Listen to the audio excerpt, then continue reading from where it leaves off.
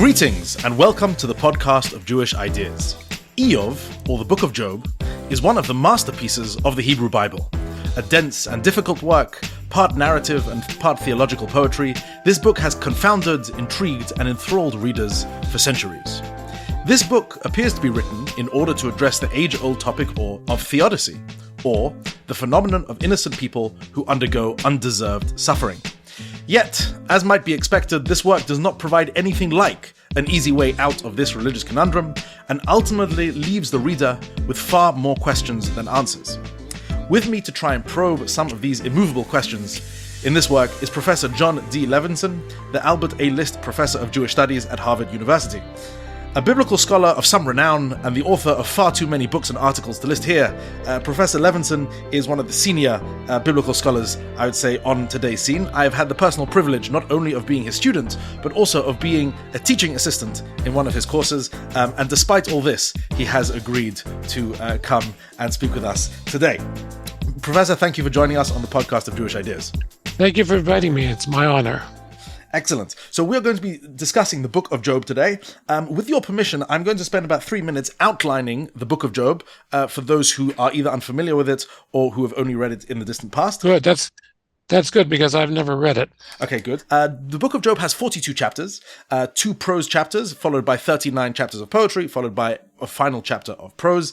And the scenes essentially go as follows. Job is presented as a man from the land of Uz who is presented as pious, successful, he's wealthy, he has many children, and he's presented as a sort of ideal type of individual. And then the scene cuts to a curious scene in heaven, I suppose, where God is seated around with a sort of heavenly council of celestial beings, including Satan, Has-Satan. And the Satan tries to tempt God into a bet because God is bragging over how good Job is and how what an extraordinary individual he is and how perfect he is. And Satan says to him, "I bet that if I could take everything away from Job, if I could make his life far less successful than it is, he will in fact give up his piety and curse God."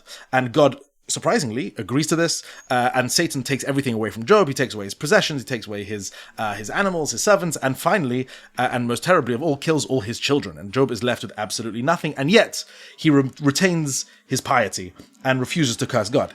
And then you have a second quite similar scene in heaven in which God again brags, and Satan says, but if you let me afflict his body with illnesses, then Job will surely fold and surely he will curse God. And in fact, God once again gives him permission, and Satan afflicts Job with terrible illnesses, and Job is reduced to the worst, lowest conceivable position a person could be in. To penury, illness, bereavement, etc.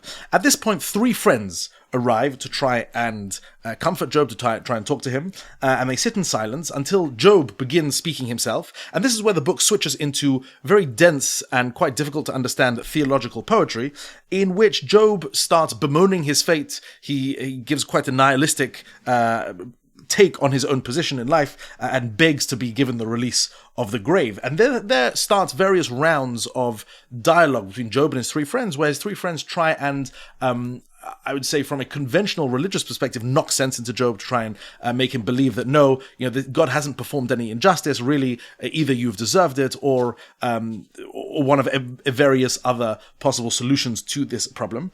And they go back and forth without really reaching a resolution. This continues for a couple dozen chapters. And then later on, we have the introduction of a youngster, a man called Elihu ben Barachel, who offers further pious suggestions. He has 5 or 6 chapters where he talks and again offers similar, I would say, quite conventional theological answers to this book. And finally, in chapter 38, God himself appears and speaks and tries to offer, or seems to offer, his own justification, except of course he doesn't. He seems to, at least on the surface, seem to brag about his own power and talk of how he has created the world and Job is insignificant by comparison. And then in the final chapter, Job at least appears to repent, and we'll get to that later. And finally, he gets back everything. He gets back his wealth, he has a bunch of other children, and God in fact tells off the 3 friends for not having spoken correctly to Job, and there's generally a happy ending. So that, I think, in about 3 minutes is the Book of Job. And as even this very brief overview can show that this is a book that eschews simple answers to the very difficult question posed by the book. So, Professor, before getting to the ins and outs of the text itself, let me ask you, the following question. The Book of Job is generally classified under the rubric of wisdom literature. It is considered, along with Ecclesiastes and Proverbs, one of the books, the wisdom books of the Hebrew Bible. What does it mean to be part of the wisdom literature, and what are its general characteristics? That's a very good question. And the first thing to be said about the term wisdom literature is that it's the creation of modern scholarship. It originates probably at some point in the mid-19th century. And the second, so it's not a natural unit that readily appears to people. It's not a canonical unit within the Jewish canon or the Christian canon of the Hebrew Bible. It's a creation of modern scholarship. And the second thing to be said about it is it's not at all clear what books belong in it, what books don't belong in it. Some people say, well, those ascribed to Shlomo, to Solomon, belong in it. Proverbs, Kohelet or Ecclesiastes, and Shir Shirim, the Song of Songs. Well, those are three very different books, especially the Song of Songs has a very different attitude towards all kinds of things, including sexuality, from what you find, for example, in Proverbs. So I think I think the term shouldn't be pressed too far. I think the best thing to be said about the term is that it can be helpful in understanding a certain school of thought, a certain stream of intellectual history in ancient Israel, which we can understand perhaps best by its negatives. It's not focused on what the Germans call the Heilsgeschichte, the history of salvation, the history of redemption, this sacred story. It's not focused on the choice, the singling out of Abraham. It's not focused on Abraham, Isaac, Jacob, the crossing of the sea, the splitting of the sea, the Mamad Har Sinai, the revelation of Mount Sinai, the building of the temple, the house of David. If those things are even mentioned, which they're not at all in Job, they're very, very, very peripheral. Proverbs is not interested in any of those things. It mentions, Solomon, son of David, king over Israel, and that's the last you hear about David or Israel anywhere in the book of Proverbs. What those books focus on, especially the ones you named, Proverbs, Kohelet, and Job, are certain universal questions of human existence. The books, therefore, tend to be more cosmopolitan. They're more international in focus. They don't regard outsiders as benighted pagans engaging in the most disgusting of rites. They're really not much concerned with rites and forms of worship at all, temple practice. They're concerned with the steady regularities of life, with the way in which God's will is recognized in nature, the way in which God's will and justice are recognized in human events universally. One way to look at it might be to consider the fact that Solomon is described as having wisdom that surpassed those of all kinds of legendary wise men of the East, about whom we've never heard otherwise.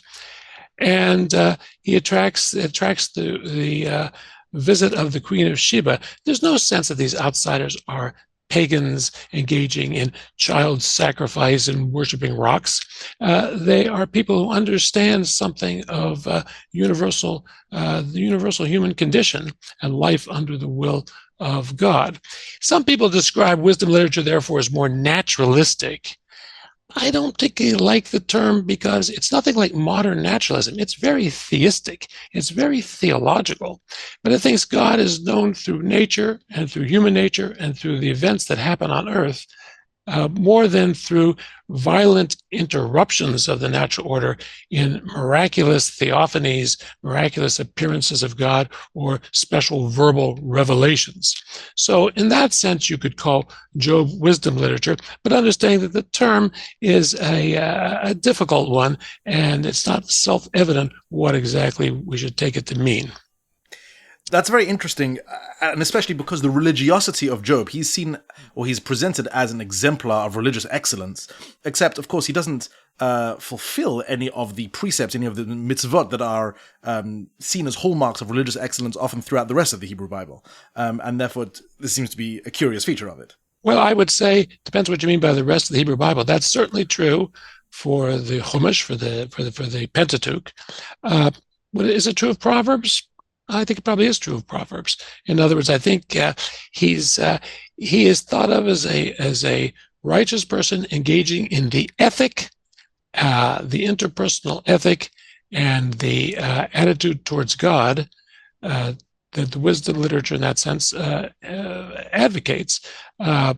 I don't know that the author of the book of Job has any concern at all with what we would call the Torah in the more specific sense of books associated with Moses and Sinai. There's no relevance to that. I'd go a step further and say I see no reason to think that the Job is presented as an Israelite at all. You know, his name and the names of his first three comforters all are either found in the list of the Edomite genealogy in Genesis 36, or are very close to names in the Edomite genealogy there. He is Job, Eov. There's also a Yovav, in English, Jobab, in Genesis 36. I always wonder if Jobab is not sort of the southern equivalent of Job, sort of like Billy Bob in Talladega Nights. There's Eliphaz, who is Esau's son. There is, so far, there's a Tzapho in Genesis 36. The Uz, which is his homeland, could be Aramean or it could be Edomite. I think he's presented as an Edomite, not an Israelite, but someone descended from Israel's cousins, the Edomites, the descendants of Esau, because in the book of Obadiah and in the parallel to it, which is the oracle in Jeremiah 49, we see Edom presented as a stereotypical or a proverbial locus of wisdom and sages. And I think these are Edomite sages debating a universal human issue, not a specifically Israelite, or if you will, specifically Jewish issue at all. Obviously, it's of great relevance to Judaism and the rest of the Hebrew Bible, but it's a much more universal perspective than most of biblical literature has, and that would fit with the most common understanding of what wisdom literature is.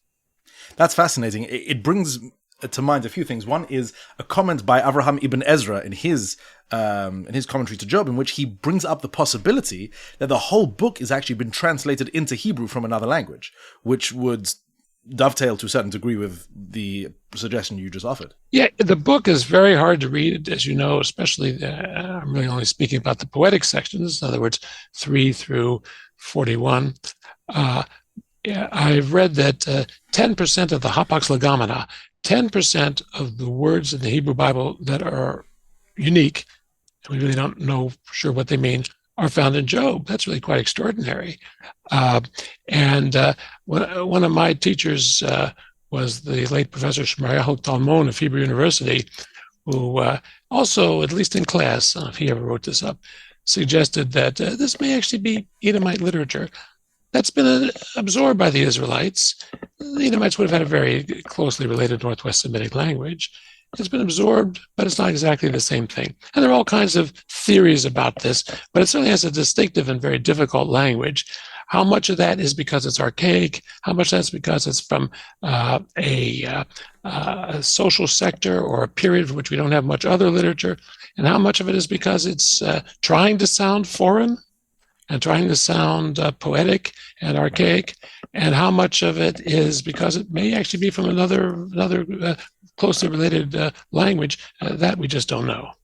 So that's fascinating. That segues into another question I wanted to ask, which is as follows, that one of the fascinating features of the Book of Job, certainly in the rabbinic and Jewish tradition, is that there is absolutely no consensus over when it was written and who wrote it. Unlike most other books, at least within the rabbinic tradition, there is a specific author designated for each book. If I recall correctly, the rabbinic tradition has, in various texts, no less than 16 different proposals as to who wrote Job and when it was written, which is a very unusual facet of a biblical book. And it seems to me also from my reading of contemporary academic literature as well on the subject, that there is also no real consensus over when it was written and by whom. And for me, at least, anyway, this historical curiosity of lack of knowledge from where it stemmed adds to its general air of that it has a certain meta-historical quality, that is trying to probe a subject which isn't dependent on a specific place and time, but rather applies to human beings across history and across religions. Well, that last point I certainly totally agree with. I think it is probing an international, universal human situation. In that sense, Job is a kind of everyman. I think most scholars today would say that it's Persian period, 5th, 4th century BCE, based on typologies of language. It has a lot of affinities with what scholars call late biblical Hebrew, both formally and lexically. It has a lot of words that seem to be derived from or have very close kin in Aramaic, even some where Arabic has helped us understand them. So I think most people think that it's composed in 5th or 4th century, something like that, BCE, Persian period. The prominence of the Satan, is another indication of a relatively late date. On the other hand, it's also difficult to say when it's written, because should we assume that this is all written by the same person or at the same time? I think there is good evidence that it grows through a kind of accretion or a process of redaction. The Elihu speeches, that fourth comforter in chapters 32 through 37, they're very, very different. The whole section looks as though it's been interpolated, it's been stuck in there, and it may be a later composition. It may actually be the first interpretation of the book of Job, someone's attempt to interpret and make sense of the book of Job, or to comment on this indeterminacy of resolution that you talk about, the lack of a resolution or solution at the end. Maybe someone thought, I'd better revise this and stick something in there that solves that issue. Whether he succeeded is a whole other question. So I don't, even saying when was it written, well, is probably not all written at once. By the 3rd century BCE, there are fragments of it.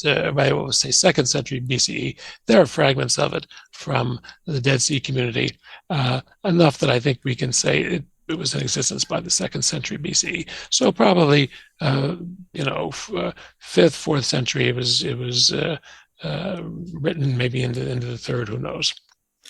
Interesting.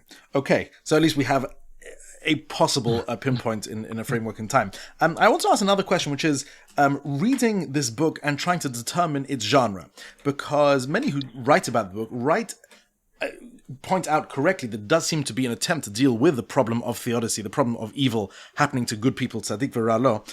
The problem a little bit is that but as a work of literature, it is not a direct work of philosophy. In other words, it is not a treatise of any kind, and therefore it's not entirely clear that it is trying to find philosophical answers. I mean, this book, at least seems to me, could be read as a kind of psychological probing of the pain of someone who has undergone grave difficulties.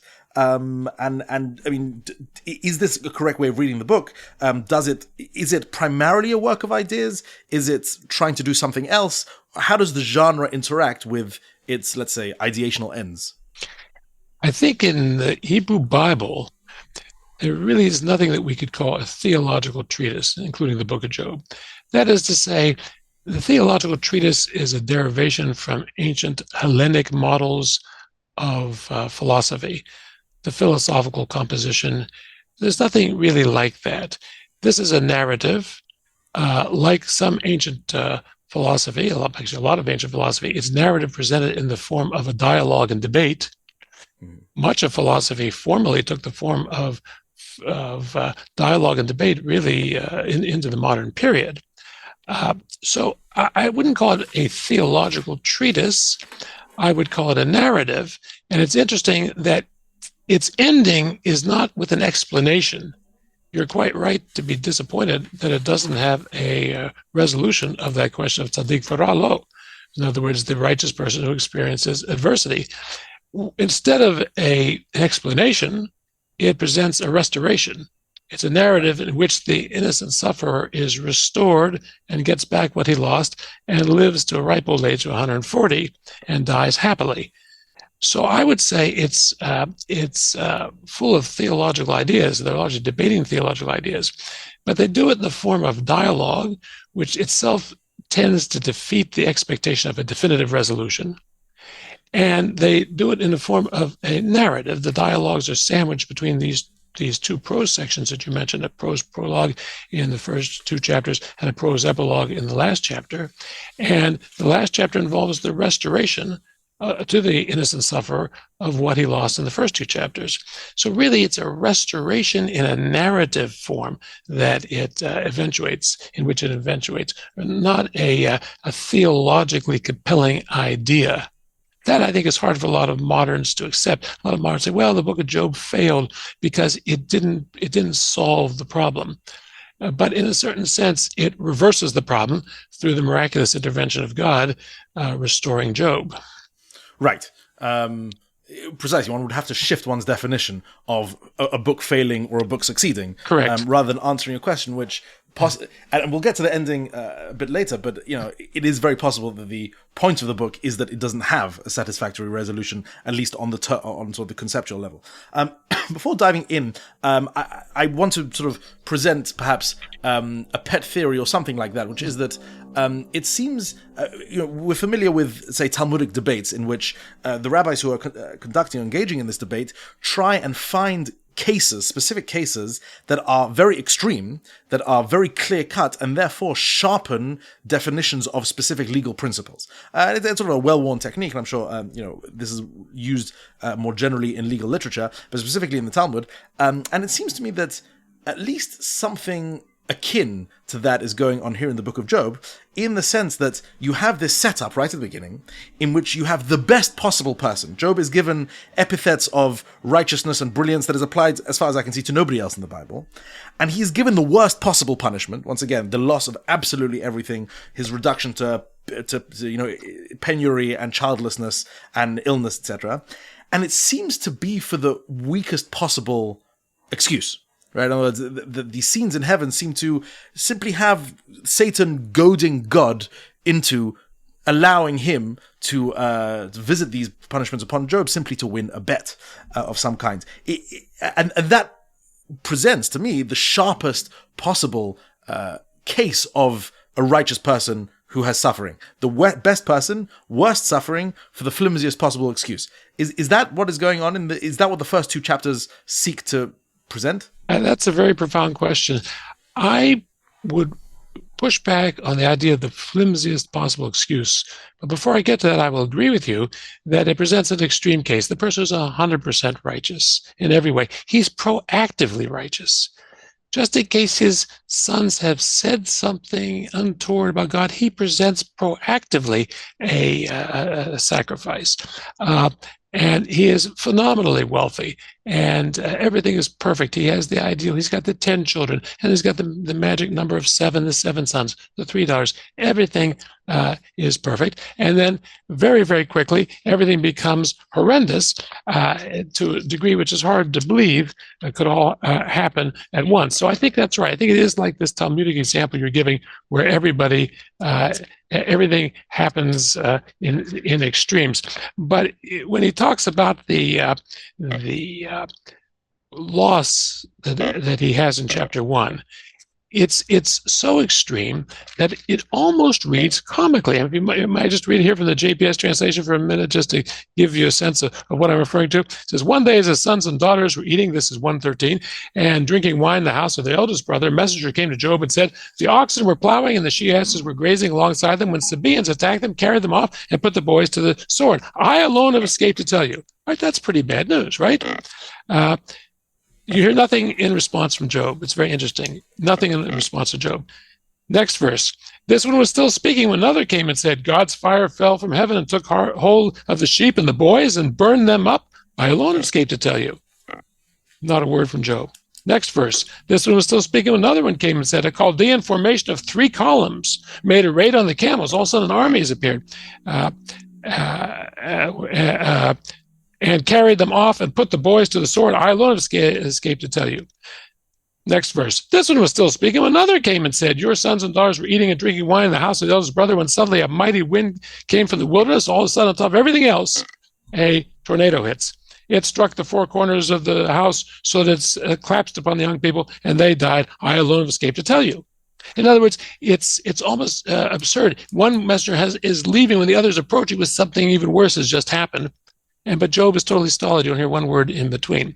So is this realistic narrative? Of course not.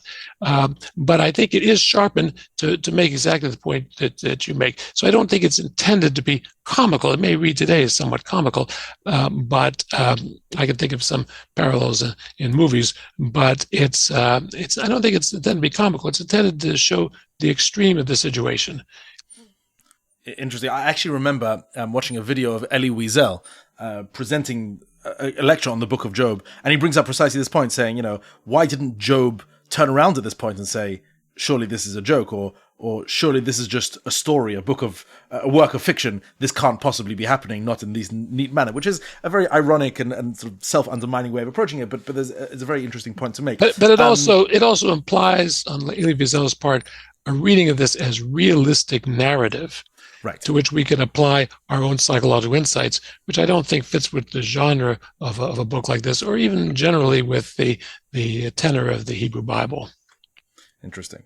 By the way, just to go back to something you said earlier about Job not sinning, so there is a small effort on behalf of some later Jewish interpreters to insert sins into Job's general comportment by saying, the verse says that Job didn't sin with his mouth, with his lips, but they say, no, Job must have sinned in his heart and therefore was deserving of all the later punishment coming towards him. And this interpretive thrust is clear. Sort of demonstrates almost an urgency or a desperation in trying to justify the later treatment visited on him, because it seems, as you say, from the plain text, that he is of the greatest possible caliber in terms of his conduct. That's right. They're trying to engage in siduk din, in the justification of the divine judgment. And also in the Gemara, there's a statement that he was, I think the term maybe kafar be'ikar, that he engaged in rank heresy because he denies the resurrection of the dead. I don't think the resurrection of the dead actually comes up in Job, but he does think death is fine. He longs for death, the finality of death, which is to say, he doesn't consider the possibility that death will be reversed eschatologically in Tchiat HaMetim, in the resurrection of the dead.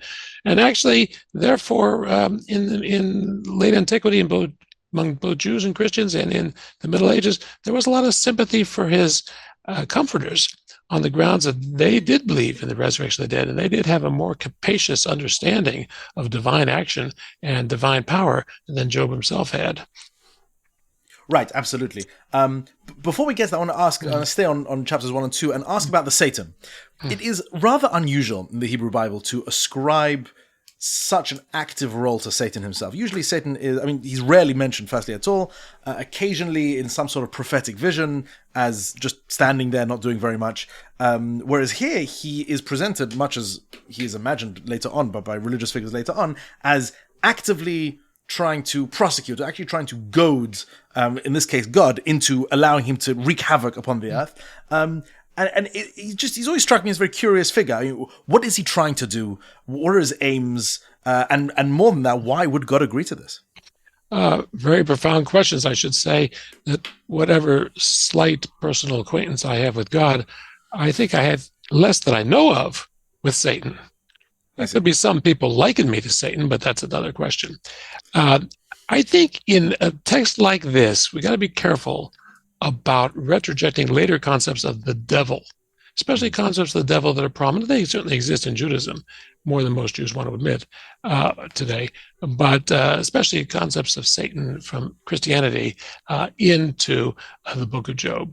The book of Job, Job 1 through 2, present God, as the Bible more than occasionally does, as a king in council with his cabinet.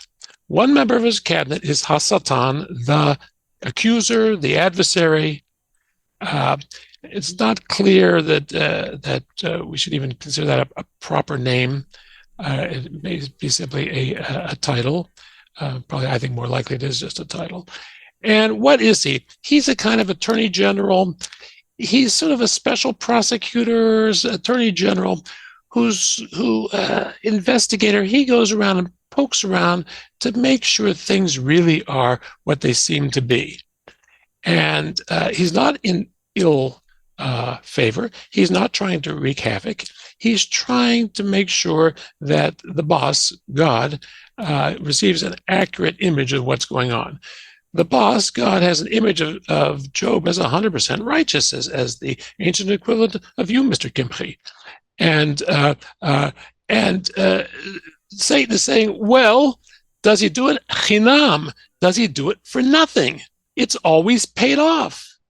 That's the big question here. Is he really righteous if he's only acting as a conditioned animal? I don't know. Does the name Pavlov ring any bells for you? Very good. Indeed. Yeah, because if he's a Pavlovian dog, if you train a Pavlovian dog, you step on the buzzer and you get a piece of cheese. You step on the buzzer on the other side and you get an electric shock in a sensitive part of your body. And then the dog, guess what? After about 2 days of this, the dog always steps on the right buzzer and the right button and gets the piece of cheese. Is that dog righteous? Does that dog fear God? Is that an obedient dog, or is that just a well-conditioned, well-trained God? What if Job is just being well-trained by the nexus, the inevitable nexus of reward and punishment, that is to say, of reward with good deeds and punishment with bad deeds? Yeah, he looks like he's doing the right thing. Is he really doing the right thing? I think it's very profound to say, hachinam, is he really doing it for nothing? Later on, Job will complain in chapter 9 and say, chinam. He's multiplied my sins chinam, for nothing. In a sense, that's true. If we've read the prologue, that's true. And the whole question is the service selfless? Is it self-interested? If it's self-interested, why do you think it's righteousness? He's just well-trained. He's just following his social and cultural script.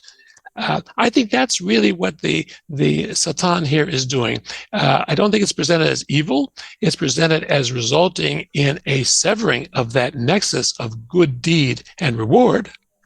He's now going to experience adversity. Job himself will mistake that adversity all the way through until the very end for punishment. Job in the dialogue seems to be completely incapable of understanding the possibility there could be adversity that's not punitive. Actually, his comforters at times will suggest there is adversity that's not punitive. Other times they say, yeah, it's punitive. Why don't you admit you sinned? But that's a very profound question. And Job, in Job 1 through 2, the Job of that prologue, in my opinion, passes the test with flying colors. He says, he makes the great theological claim. He says, Gam et hatov nekabel me'et Elohim ve'et ha'ra'a lo nekabel. Should we accept the good from God and not accept the evil? If you believe in one God, the creator of all, if you believe in one providential God who controls everything that happens, are you going to say, well, I only accept the things that happen if they're good? If they're not good, I don't accept them. To him, which is what his wife basically argues, to Job, that is a very shallow spirituality. I think to the author of the prologue, it's a very shallow spirituality. Job patiently in the prologue, patiently accepts the adversity, does not question the justice of it, does not speak any tifla, anything inappropriate about God, because he serves, selflessly, without self-interest and out of genuine righteousness, not simply out of a kind of psychological conditioning. Of course, then when you get to chapter 3, that Job is now in the past. There's a huge disconnect, and Job opens up his great speech of chapter 3, the poetic dialogues. He opens up with rank suicidal ideation. He wishes he were dead. Right. I want to ask you about that in a moment, but I find it very interesting, the point you brought up about intentions, because, yes, this seems that the Satan is holding up Job to a kind of Kantian test of moral purity, that it's all about intentions. Right. That your good actions are actually worthless if the intentions behind them were not for a very specific form of righteousness, very specific form. I don't know that he would say it's worthless. It's insincere. No, the author would say it's worthless, but it isn't really the righteousness. He's not the ideal righteous person, precisely because the intentions, there's really no intention at all. He's trained to do that. It's always paid off. Sever that nexus of good deed and reward.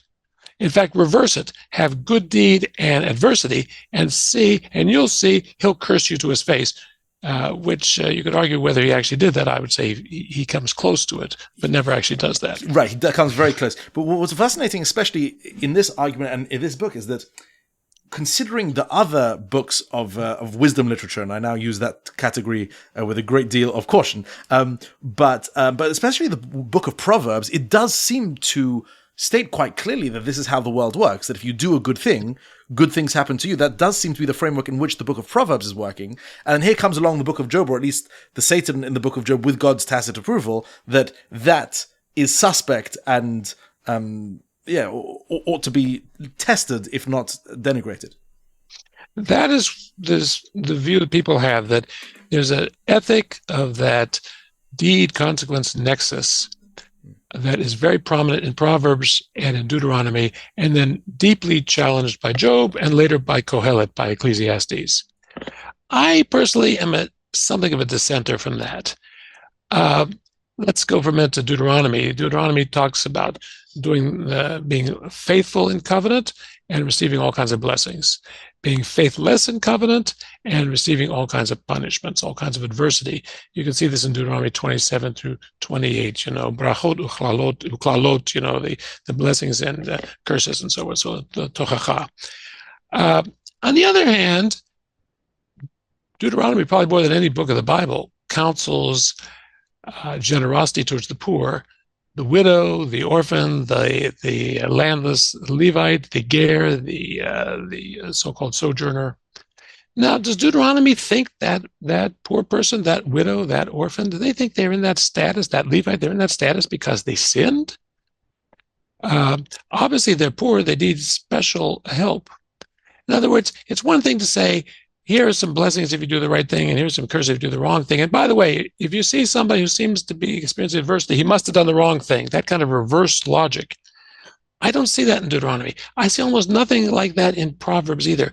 Proverbs has more than a few proverbs that say that, the pursuit of wisdom or living righteously, living honestly is better than silver or gold, implying that it's possible to live that way and not have silver and gold. Various places that say, it's better to live in a little hut with peace, with what we might call a shalom bayit. Shalom bayit is not the word they use, but peace and good relations, than to live in a great palace amidst strife and contention. So the notion is some people living in a great palace have strife and contention. Some people who are living in a humble hut, in fact, are living the righteous life. In other words, I think in ancient Israel, people didn't think statistically. They don't think, what are the statistical probabilities? These texts are trying rhetorically to secure compliance, obedience, compliance to that ethic, and therefore they promise you rewards if you observe it, and they promise you punishments if they don't. But there are plenty of hints along the way that they don't think it's a perfectly hermetically sealed mechanistic system. They do believe, especially Deuteronomy, in a personal God, and a personal God is not a change machine where you always get out the equivalent of what you put in. On the other hand, having said all that, it's certainly true that Job is trying very, very hard. The book of Job is trying very, very hard to question that whole notion, to undermine that whole notion that sin, you can infer sin from the fact of suffering. Plenty of suffering occurs in the world. It has nothing to do with sin. And I suspect that many of Job's original hearers and readers, and maybe even into our own day, are not happy to hear that. All right. Yes, 100%. And this brings us to the question which we alluded to slightly before, which is that firstly of Job's speeches during the first few chapters of the poetry, chapters 3 and 4, his grand, I would say, nihilistic, self-annihilating prospects that are in those speeches, but also, moreover, to the reactions of his three friends, because in the final chapter of the book, God tells off the three friends. You didn't speak correctly. How dare you speak so of my servant Job, etc. But the problem is that at least throughout these poetic back and forth, these theological dialogues, the friends at least seem to be parroting what one might call a conventional theological defense of God. They try to, they are professional apologists on behalf of conventional religious notions about God's justice and God's perfection. And yet God seems to be unhappy with them, at least at the end. And also there's at least a sense that they seem to be judging Job very harshly, despite the adverse circumstances he finds in. So what do you think is the book's attitude towards the friends, who at least on the face of it seem to be doing something good or noble? That gets at one of the key hermeneutical interpretive questions in the whole book of Job. When God says, "You've spoken the truth about me," you have not spoken the truth about the way Job has. Job has spoken the truth about me. You've not. What Job are we talking about? Are we talking about Job of 1 through 2? Who said, naked came I from my mother's womb, and I'm going to go back there naked. And the Lord gave, the Lord took away. Blessed be the name of the Lord. Is that the Job they're talking about? The patient, humble, submissive Job? Or are they talking about the Job of the dialogues, who is insistent that he's suffering unjustly, and at times gets so close, it could go so far as to make God out to be a cosmic sadist? I mean, one of my favorite lines is in chapter 9. Im shot yamit pitom. Im shot yamit pitom lamasat nikiim yil'ag. When a scourge suddenly kills, he, referring to God, laughs at the suffering of the innocent. It's not just he allows the innocent to suffer, he enjoys the suffering of the innocent. He's laughing at them. He's laughing to see this happen. And then if you try, and then that same chapter has this wonderful line towards the end where he says, Im lo efo mihu, which I take to mean, if it's not God, then who do you say it is? Who do you say that's responsible for this? You're a monotheist. You believe in omnipotent, omniscient God. How does an omnipotent, omniscient God produce a world with so much evil in it? And as he would have it, a laugh. Is that the Job who is in fact speaking truly about God? Or is it the other Job, the Job of the first two chapters? H.L. Ginsberg wrote an essay that I've always found very attractive. I think it's out of style today, called Job the Patient and Job the Impatient, claiming that there are two different stories that have been, and this is itself a significant fact, have been interwoven. They've been redacted together. They've been interlaced between a patient, submissive Job, and that's what dominates in the prologue and epilogue, and an impatient Job who demands justice, including justice from God, which is what you have in the poetic dialogues. I know it's out of style today, and people have other explanations. I personally think there's something truthful about that. I mean, if that's true, it could very well be that somebody saw the older story and just thought it was too saccharine, too sweet, and not realistic enough, and took a knife and split it in half and inserted in the middle, spliced in this angry, impatient Job and his, as you say, apologist friends, and put that in the middle in such a way that at the end you wonder, well, which one is speaking the truth? Which is the Job to speak the truth about God? That's a very major issue. I will say this. Can I say something? Oh, go ahead. I'm sorry. No, I was going to say, that's an absolutely fascinating approach, because, we're used to seeing this book as a whole book, as a book that comes together, and even though there are, let's say, tensions or apparent contradictions between the prose and the poetic element, nonetheless, this is presented as a whole book and analyzed as such, and people try to make sense of Job as a whole, but it's and clearly there was at least one redactor at some point, or editor, and even those who canonized this book, who did see or did perceive of it in a whole way, in some sense or another. But it's fascinating to think of somebody coming across two different possible attitudes towards injustice or seeming injustice meted out by God, and saying, okay, these are two different approaches. We're going to not let either one fall by the wayside, but rather include both of these traditions and let the book almost fight it out among itself, have the internal debate within the chapters of the same book. Yeah, and so that really the way it's currently structured, if that's so, there's never really a resolution. What did Job say that was truthful about God, and what did the friends say that was untruthful about God? Exactly. Now, what you're saying now, the idea that maybe this is quite deliberate, I would say this does have something to do with the fact the book is cast as a dialogue and debate, and not as some mere preaching in one voice type treatise. But it also reminds me of really a wonderful book on Job, one of the best out there, by Carol Newsom. I guess it's called maybe the Job, a contest of moral imaginations or something like that. But in there, she calls this a polyphonic text. She gets this from the Russian literary theorist Mikhail Bakhtin, a polyphonic text. And as a polyphonic text, she says, it has a dialogic sense of truth. And the author's position, she says, although it's there, is not privileged, and it ends without final closure. Certainly, the way you and I have been talking the last 5 minutes, you would have to say that there is a lack of closure. Most people, I think, at the end of Job are not totally satisfied with the way it ends up. Right. My problem with that brilliant book by Carol Newsom is this. God does speak, finally, to everyone's surprise, including Job's. Right. God does speak.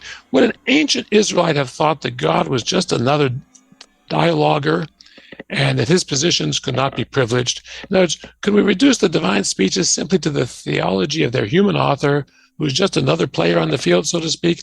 I think not. I think in some sense, the way this book is structured, at least if you put it into the ancient culture from which it comes, and privileged, to use the trendy word, the ancient culture from which it comes, you would have to say that the answer does appear in those divine speeches.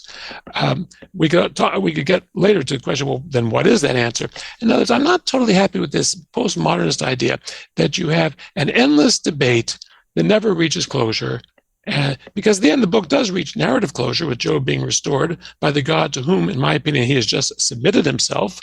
I wouldn't say repented, but recanted to some degree, admitted he did not know what he was talking about.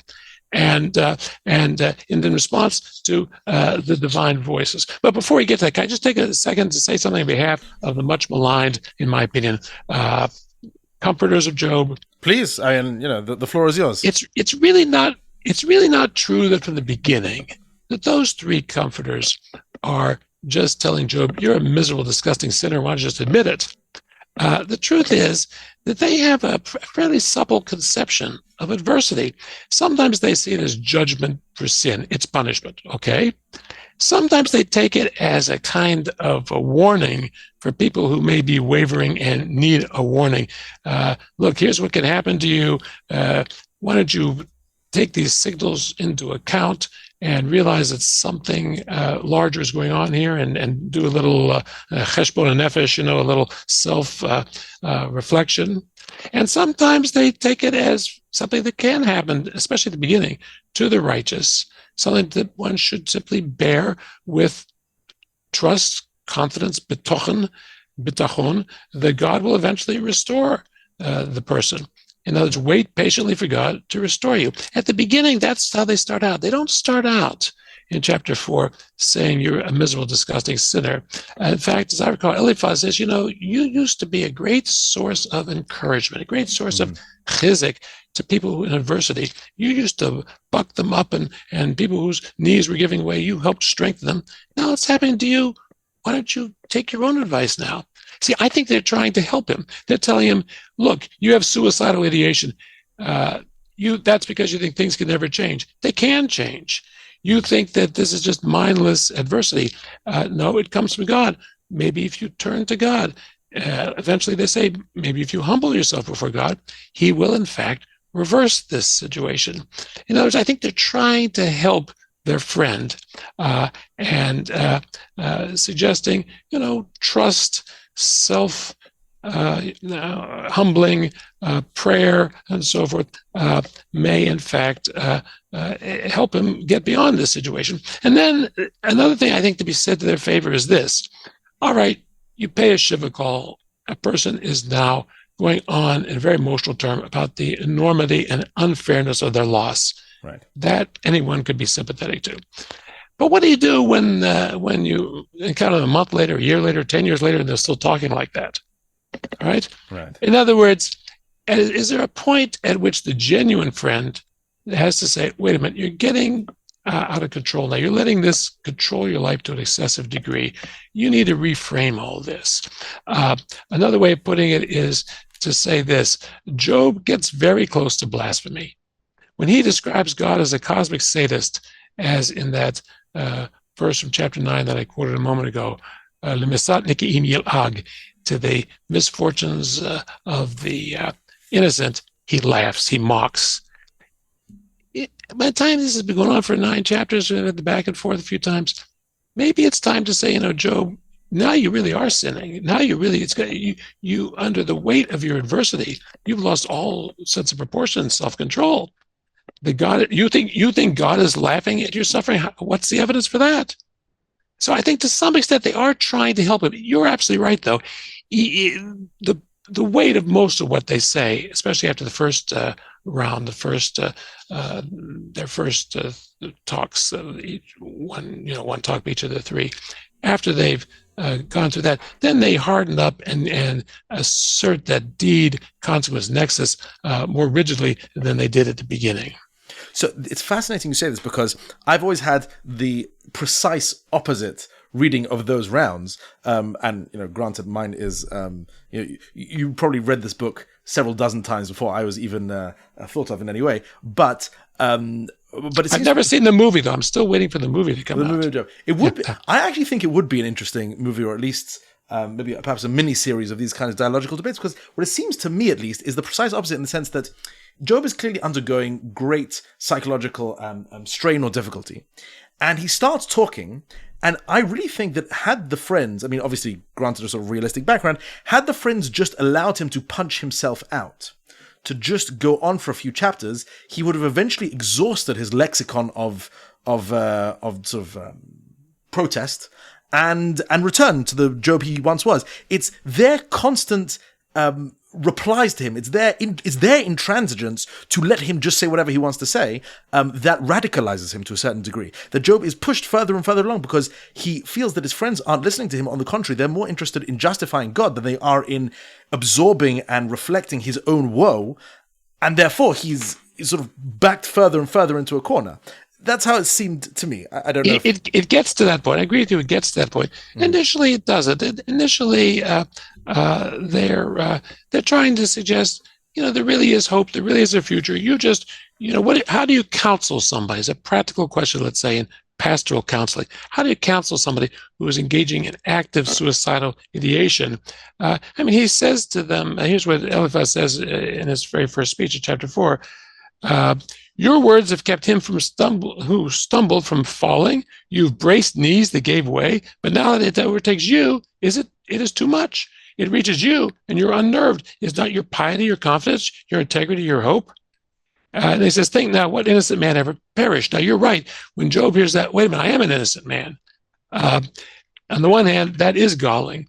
On the other hand, I think the intention is the opposite, is to say, if you're really innocent, God will restore you. Now, here is where we get to some very tricky things. In a sense, these 3 comforters, and maybe Elihu as well, are in the current form of the book of Job vindicated. Job does humble himself before God. He admits that he did not know what he was talking about. He says that very clearly in 42, Cain hegarati v'lo avin, niflot memeni v'lo eda. I was talking about stuff I didn't even understand. I was talking about wildly things far beyond my ken that I didn't even know anything about. And when he does that, he is restored. So you expect God then to say, the comforters, they spoke the truth about me. But instead he says, Job, you're the one that spoke the truth about me. Further murkying the waters and making us wonder what exactly is going on here. So to some extent, I agree with you that the intensity of the debate gathers force as it goes along. On the other hand, I think their intention initially was good, and then at a certain point, they're more troubled by his near blasphemy or blasphemy than they are by the initial situation. Interesting. All this has been sort of drawing us around and around in circles to this sort of, I think, central point, which is worth asking, which you alluded to before, which is as follows. At chapter 38, God finally appears. Job has been calling him out, as they say these days, and trying to goad him into response. And finally God appears, and you think, fantastic. We are going to hear an answer to this question. And God speaks for the 3 chapters, and he just does not seem to, not only does he not answer the question, he doesn't seem to come close to answering the question. He appears to talk about the great power of his creation, about the majesty and grandeur of some specific creatures that he created, Leviathan and Behemoth, etc., and appears to leave it at that. And that seems to be satisfactory for God. Can you enlighten me as to this perplexity? What is God trying to say, and in what manner is he trying to answer the question? Well, you're asking me to solve the great cosmic question of all of reality. So we only have about 10 minutes. So do you think that will suffice? All right, so I'll try to find a way to fill up those extra 8. I see. You're right. He never answers Job with what Job wants. Job wants a justification. Mm-hmm. Now, if you think about it from the standpoint of the people who are supposed to be reading this book, not as a realistic, historical, psychological book, but as something that helps people in situations of suffering, do you ever really know why you've suffered? When you have a catastrophe, something like this happens, do you ever really know why? In a certain sense, it would be unrealistic if God said, all right, here's the thing, Job, your tzitzis weren't really kosher, right? Then, at one point, Zophar says to Job, I think early on, says, maybe God has made you forget your sin. There is such a thing as an unintentional, unknown, unwitting sin, like in Psalm 19 when it says, Ministarot nakeni, clear me from hidden sins. So if God had said, oh, here's your hidden sin, would Job have been satisfied? Would anyone be satisfied? Did any of us ever have experience when we have a great catastrophe of saying, oh, by the way, here's why this happened to you? It's unlikely. I think so. In that sense, you're right. He never addresses the question. Oh, no. And that this kind of literature, I suspect that the divine speeches that we're talking about are actually, what should I say? They probably come from a somewhat different story in which the Job in question had challenged God, had said, I could run the universe better than God. There are a few hints of a story to that effect, so to speak, a myth to that effect elsewhere in the Hebrew Bible. But within the current structure of the book of Job, that's not what we have. I think what this actually does is to reframe the whole issue. You, Job, think that the whole world operates according to some sort of mechanistic, invariable principle of cause and effect, what I keep calling the deed and consequence nexus. It actually doesn't. The world is much bigger than you can possibly understand. There are all kinds of things in the world you don't understand. You don't understand cosmology. You don't understand meteorology. You don't understand biology. You don't understand geology. You don't understand anything about the way the world works. The world is, in those divine speeches, profoundly theocentric, not anthropocentric. It doesn't, justice for human beings is not the center of the situation. I'll give you an analogy if I have a minute to do this. Let's assume that a family is having a pleasant walk through the woods on one sunny afternoon, and God forbid, a bear comes and grabs a 9-year-old girl and drags her off and rips her to pieces and kills her and eats her, right? That is a great injustice. That is a great tragedy. That is unspeakable tragedy for the girl and her family. What about for the bear? Mm-hmm. The bear got a nice fleshig meal. Could have been like a really good kiddish, right? Bit raw, though. Raw, okay, better than nothing. They don't mind that in that particular minhag of the bears. And so you might say, well, that's a really crude way to say it. But is God not the creator and sustainer of the bear? Did God not create the bear with that appetite that sometimes involves eating people? If you or I were God, we would not have created the world that way. We'd never created a world that has bears and any animal that likes to rip apart innocent people. But in a sense, that's what happened. It's a frightening thought. It's a very, very frightening, scary thought that the world is designed and governed by a God for whom human beings and their wants and desires and needs and values are not necessarily central, a radically theocentric universe. If all you had was the divine speeches to Job, you'd have a radical theocentric universe. It'd be very, very scary. And you could say, well, God is some sort of sadist. But then at the end, you have the reinstatement of that deed consequence nexus. Job is restored, and his comforters, who had so often asserted that deed consequence nexus, are said to be in the wrong. and Job lives happily after to the age of 140. And that's in fact the paradox, or the lack of resolution of this whole story. Right. There's resolution and not resolution at the same time.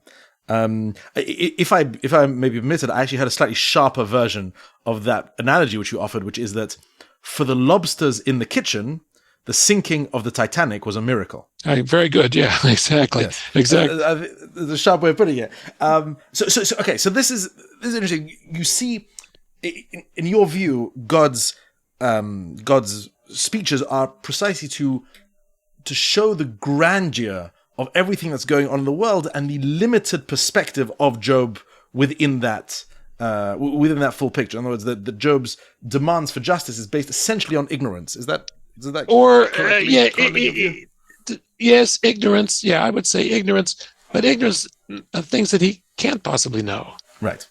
In other words, he wasn't present at the creation. So it's not a culpable ignorance. The culpability comes in trying to tell God how to run his universe. In other words, I think to the author of those divine speeches, human beings are very, very small, and God is very, very big. I think that's generally the case in antiquity.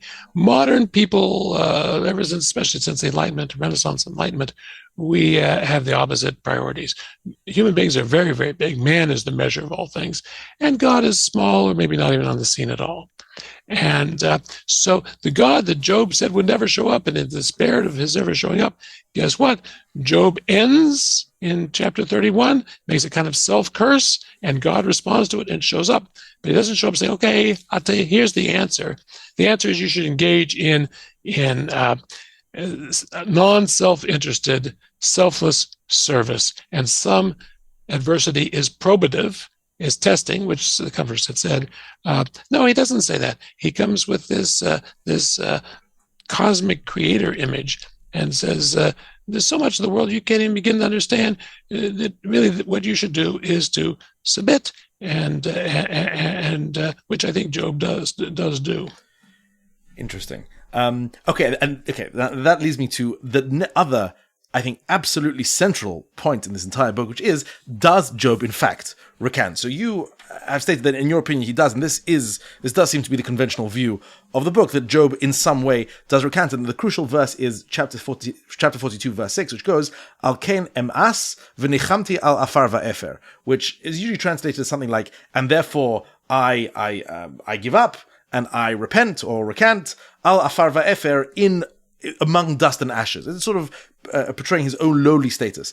However, there was a translation a few years ago by a chap called Edward Greenstein of the Book of Job, who claims the precise opposite, who says that actually that statement of Job is not a statement of giving up, of recanting, but rather quite the opposite, that Job does not recant. What he says is that I'm giving up my search, I'm giving up my quest for justice, and therefore I feel sorry for, or I feel a sense of regret on behalf of afar va'efer, which is elsewhere biblically a kind of a metaphor for humankind. They're always saying, I'm no longer going to pursue this, I'm just giving up, and I feel sorry for the existential position of humankind, and that's it. And then God restores it. But do you not, I take it you don't see it, you think that Job really does recant, which then explains why his fortunes are restored.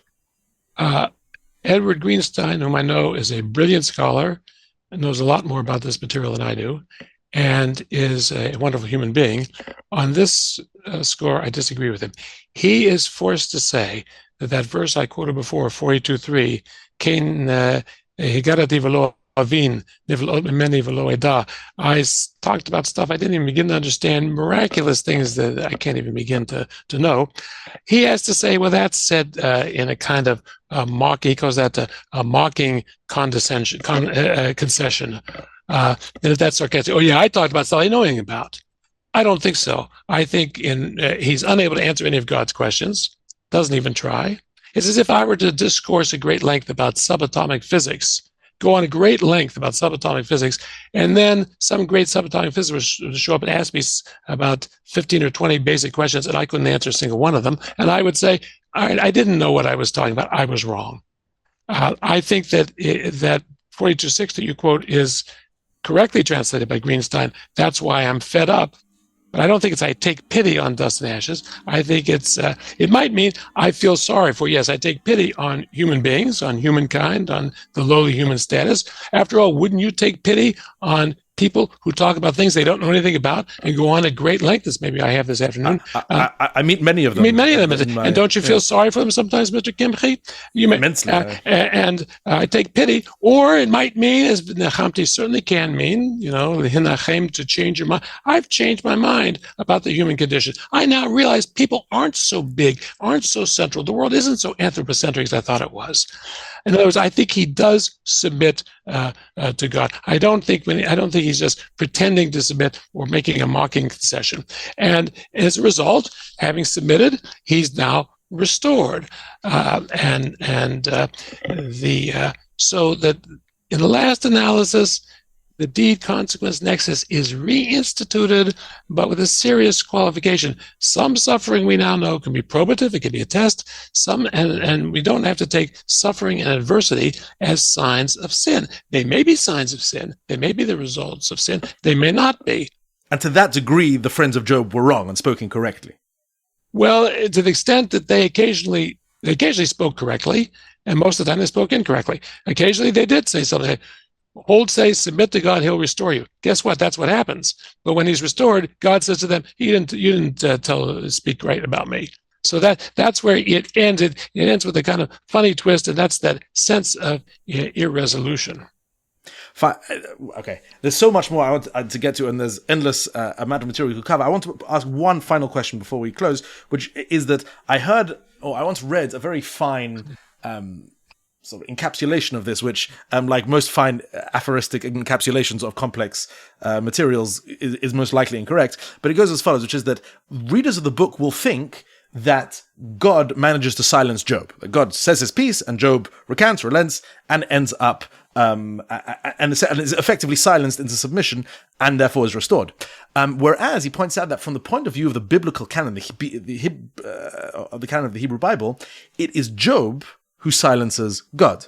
In other words, after this speech of God, God doesn't speak again. This is God's final speech, apparently, in the Hebrew Bible, and that says something about the book. In other words, God, despite answering Job, is sort of wounded in a way. He is pressed back and pressed out, and no longer speaks within the confines of the biblical canon. Is there a grain of truth to this? Is this just a cute analysis which doesn't really hold water? I would say if there's a grain of truth, it's a very tiny grain. It depends on accepting the Masoretic canon and ignoring the whole history of Judaism, because there's certainly works written after Job where God is very much speaking. It also ignores the fact that the Masoretic canon ends with Divrei Hayamim, Chronicles. God speaks often in Chronicles, so I'm not sure exactly what they mean. It doesn't really address the question of when Job is written, or when even the narrator of Job thinks the book is written, when the narrator thinks Job actually lived. So, no, I think that observation derives from a very characteristic modern sympathy with Job, with humankind, with an anthropocentric universe, and lack of sympathy for the divine speeches and for the theocentric universe, which I think is more dominant in general in the Hebrew Bible than people who say that would like to believe. Fantastic. Okay, true to my word, you're going to end it here.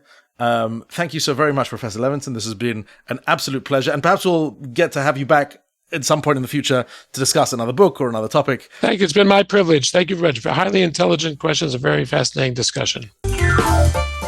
This has been the podcast of Jewish Ideas by Torah in Motion, produced by Alicia Kelman and myself, JJ Kimchi, edited and mixed by Alicia Kelman.